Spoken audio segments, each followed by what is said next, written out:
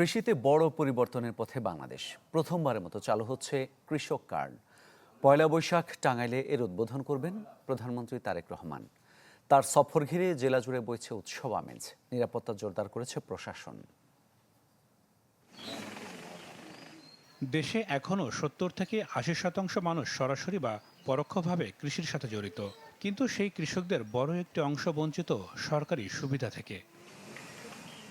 এই বাস্তবতা বদলাতেই বিএনপি তার নির্বাচনী ইশতেহার অনুযায়ী প্রথমবারের মতো চালু করছে কৃষক কার্ড। পহেলা বৈশাখ টাঙ্গাইলের মাটিতে এই কার্যক্রমের উদ্বোধন করবেন প্রধানমন্ত্রী তারেক রহমান।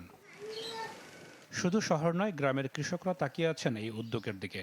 এই কার্ডের মাধ্যমে সহজে ভর্তুকি, ঋণ ও সরকারি সহায়তা পাওয়ার আশা তাদের। এই কৃষির জন্য তারেক জিয়া যা করতেছে এই জন্য আমরা তার কাছে ঋণী। কার্ডের মাধ্যমে আমরা 10টা আইটেম পাবো, আমরা শুনছি। তো 10টা আইটেম পাইলে আমাদের জন্য খুব উপকার হবে।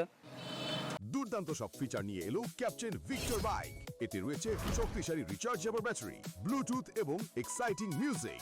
ক্যাপ্টেন ভিক্টর বাইক, আনন্দে বাড়ুক শৈশব। বাংলা বর্ষবরণ উৎসবের সাথে যোগ হয়েছে রাষ্ট্রীয় আয়োজন। প্রধানমন্ত্রীর আগমন ঘিরে সাজ রব জেলা জুড়ে। চলছে রাস্তাঘাট পরিষ্কার, মেরামত আর স্টেডিয়ামে মঞ্চ তৈরি। প্রধানমন্ত্রীর সফর ঘিরে রাজনৈতিক অঙ্গনেও ব্যাপক উচ্ছ্বাস।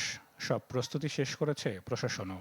এটা উদ্বোধন করা হচ্ছে, এর আস্তে আস্তে এর পরিধি ইনশাল্লাহ বাড়বে এবং গ্রামীণ অর্থনীতিতে, দেশের অর্থনীতিতে অত্যন্ত গুরুত্বপূর্ণ ভূমিকা পালন করবেন।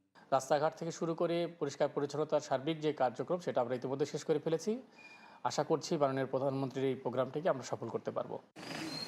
প্রথম ধাপে 15 জন কৃষকের হাতে তুলে দেওয়া হবে এই কার্ড, আর 3 ধাপে পর্যায়ক্রমে পাবেন সারা দেশের সব কৃষক। Desk report, channel 24।